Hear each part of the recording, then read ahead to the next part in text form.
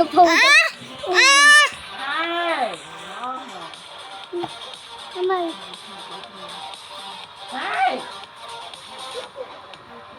ดาบง่ายเติบมองปีมองมุ้ย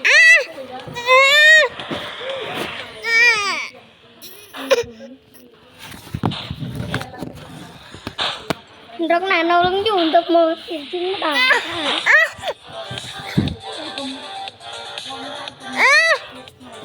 ชูดีนะตะกันเราโต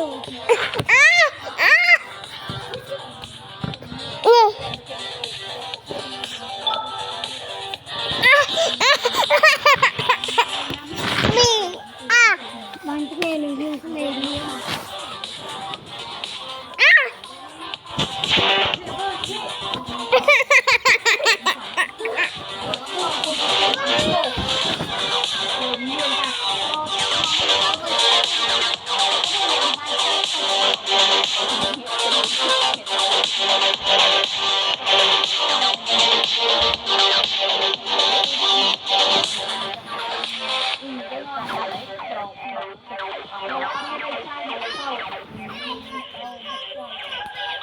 ตึกแม่โมเชียวโตไปรับการการโรงเรียนเป็นแม่ดูใครเซ่แล้วมันโตโตให้ที่ด่า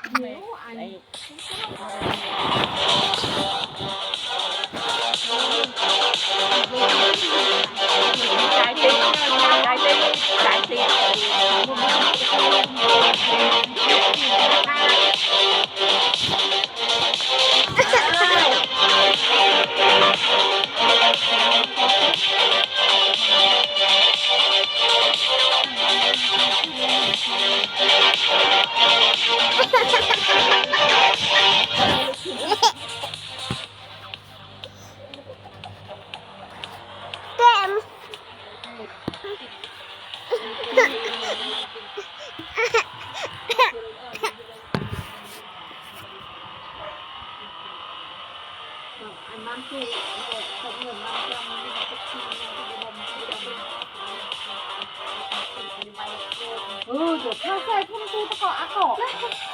ลงเธอเราได้เขาแสดงก็มันจะเรียอ่ะเลยจ้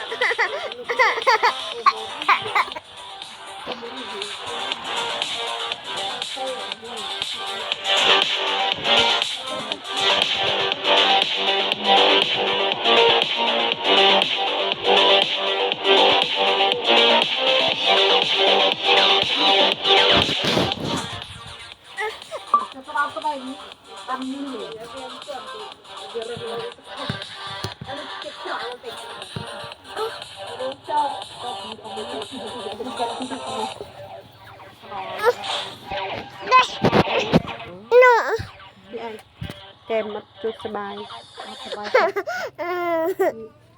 สบายเกิดเล่นเกมอัดสบายจัดอันเล่นเกมอันจังมือ YouTube แต่อันนี้ดังก้าวขโมยคนมันจะเตยไปกับอันก่อนเป็นภูมิอ่ะตอนนั้นภูมิก่อนเดาอัดคลาดไม่จบนับได้อันไปมึงไทยจุ่มอันจะปราบเอาอันนะต้องกระต้อยกระต้อยปุ๊กไอ้ปุ๊กเป็นแกสฮะปุ๊กไอ้มันมีกระต้อยไว้กระบาลยมมีกระต้อยไว้กระบาลเลยน้องไงเวลากระบาลยมมันปุ๊กรัวโซ่ดูลองพองอะไรไอ้ปุ๊ก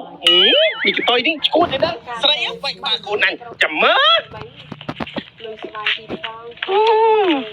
เฮ้ยมันบันยมเป้าบอกไปกว่าคนนั้นจังฮะอันนั้นก็ต้องเอาวิมแม่ Thôi mày khám ăn men xoài anh tê វាជាអនាគតមេភូមិតវេនវាបាយញ៉ាំបាយក្បាលគេចឹងបើវាលីឡើងទៅគិតតែមិនតាមយ៉ាងទៀតឯងគឺជាស្រីគួរណាបាយក្បាលប្រុសចឹងទេណាមែនហើយពុកពុំនិយាយត្រូវខ្លួនជាស្រីបាយក្បាលគេជាមនុស្សប្រុសពុកបាយមកចេញខ្ញុំញ៉ាំញ៉ាំណាបាយមកសួរខ្ញុំមកថាកូនបាយមកថាស្អីខ្ញុំខ្លាំងអញមិនចាំបាច់សួរវាទេព្រោះថាកូនអញវាមិនដែររករឿងណាអូនេះបាយក្បាលកូនអញសមមកត្រឹកក្បាលមកពុក con này ធ្វើមិនឲ្យចាស់អីចឹងគ្មានហេតុផលអញទៅខ្លួនឯងមែនផងអញទៅមកវិញ ត្រូវមកបោកប៉ុណ្ណឹងងាក់លងងាស់